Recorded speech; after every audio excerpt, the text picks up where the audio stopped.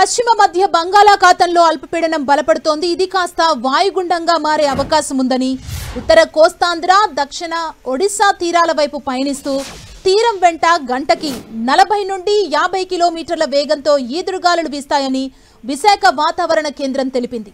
మత్స్యకారులు సముద్రంలో వేటకు వెళ్లొద్దని హెచ్చరించింది. ద్రోణి ప్రభావంతో దక్షిణ కోస్తాంధ్రలో భారీ నుండి అతి భారీ వర్షాలు కురిసే అవకాశం ఉందని వాతావరణ కేంద్రం తెలిపింది.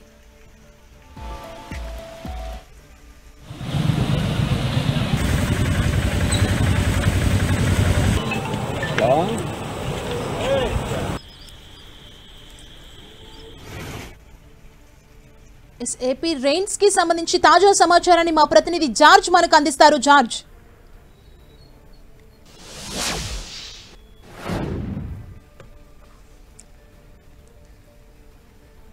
వాయుగుండంగా కూడా మారే అవకాశం ఉన్నట్లు వాతావరణ శాఖ అంచనా వేస్తూ ఉంది. ప్రస్తుతం ఇది ఉత్తర కోస్తాంధ్ర అలాగే దక్షిణ ఒడిశా తీరాల వైపు పయనిస్తూ ఉంది. ఈ నేపథ్యంలోనే రాష్ట్ర వ్యాప్తంగా చూసుకున్నట్లయితే గనక అత్యంత భారీ వర్షాలు అనేవి నమోదవుతూ ఉన్నాయి.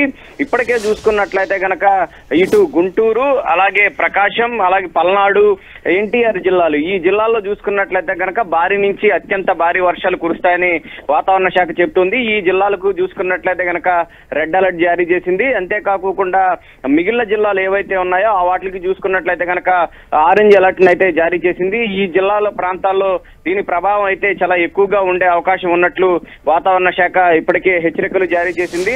అత్యధికంగా చూసుకున్నట్లయితే కనుక ఇప్పటికే ఈ వర్షాల వివరాలు చూసుకున్నట్లయితే కనుక 24 సెంటీమీటర్ల నుంచి 10 సెంటీమీటర్ల వరకు ఈ స్థాయిలో అయితే వర్షాలు అనేవి నమోదవని, అలాగే తీరం వెంబడి గంటకు 40 నుంచి 50 కిలోమీటర్లు, గరిష్టంగా చూసుకున్నట్లయితే కనుక 60 కిలోమీటర్ల వరకు వీచే అవకాశం ఉంది. సముద్రం కూడా అల్లకల్లోలంగా మారుతుంది కాబట్టి మత్స్యకారులు ఎవరూ కూడా వేటకు వెళ్లొద్దని హెచ్చరికలు జారీ చేశారు. అలాగే తీర ప్రాంత లోతట్టు ప్రాంత ప్రజలు కూడా అప్రమత్తంగా ఉండాలని వాతావరణ శాఖ చెప్తూ ఉంది. ఇప్పటికే కురిసిన వర్షాల కారణంగా చూసుకున్నట్లయితే కనుక చాలా వరకు పట్టణాలన్నీ కూడా జలమయమైన పరిస్థితి అయితే కనిపిస్తూ ఉంది.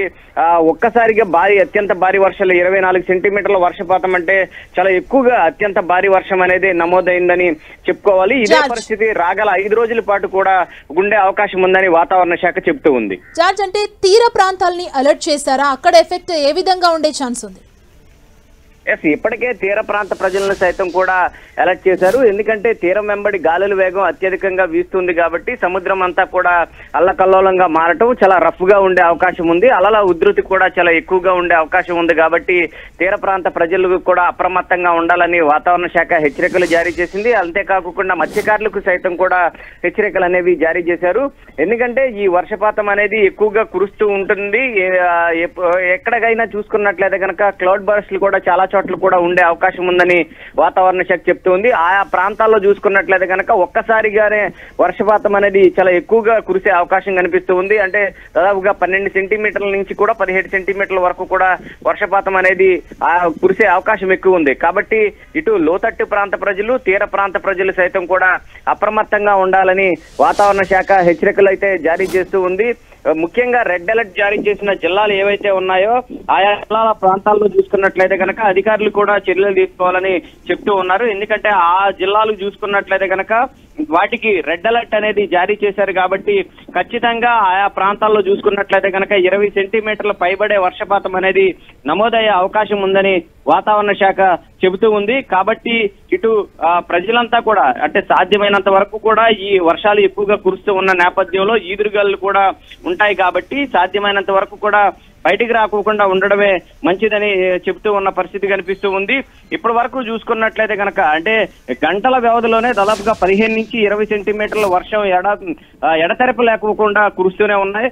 నిన్నాడు చూసుకున్నట్లయితే కనుక ఇటు గుంటూరు, విజయవాడ నగరాల్లో పలు ప్రాంతాల్లో చెరువులను తలపించిన పరిస్థితి అయితే కనిపించింది. లోతట్టు ప్రాంతాల్లో ఇళ్లలో కూడా ఈ వర్షపు నీరు అనేది చేరింది. అత్యధికంగా బాపట్ల జిల్లాలో చుండూరు మండలంలో దాదాపుగా 27 సెంటీమీటర్ల వర్షపాతం అనేది నమోదైంది. అంతేకాకుండా ఇంకా చేబ్రోల్లో చూసుకున్నట్లయితే కనుక 23 సెంటీమీటర్ల వరకు కూడా వర్షపాతం అనేది నమోదైంది. కాబట్టి అలాగే ఇప్పుడు కూడా చూసుకున్నట్లయితే కనుక వర్షాలు అనేవి ఎక్కువగా కురుస్తాయి.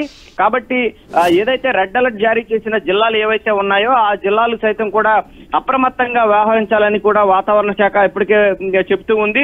అయితే దీని ప్రభావం చూసుకున్నట్లయితే కనుక ఇటు తీవ్ర అల్పపీడన ప్రభావం, అంతేకాకుండా ఋతుపవనాల ద్రోణి, అంతేకాకుండా ఉపరితల ఆవర్తనం, ఈ ప్రభావాలు వీటి ప్రభావం వల్ల వర్షాలు కురవడానికి చాలా ఎక్కువగా అవకాశం ఉందని వాతావరణ శాఖ చెబుతూ ఉంది.